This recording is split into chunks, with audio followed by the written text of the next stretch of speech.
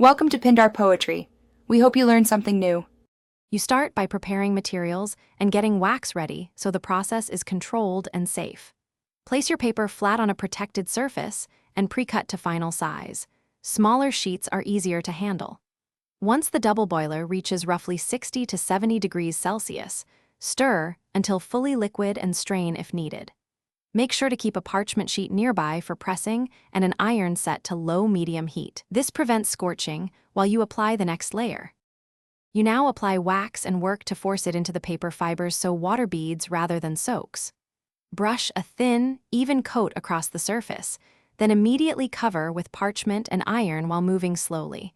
The heat melts residual wax into the sheet. Once one side looks saturated, flip the paper and repeat the same brushing and ironing. This balances stiffness and flexibility. Make sure to keep layers thin. Heavy buildup reduces breathability and creates brittleness if you finish by letting the treated paper cool and cure flat so the wax solidifies evenly and the sheet regains stability.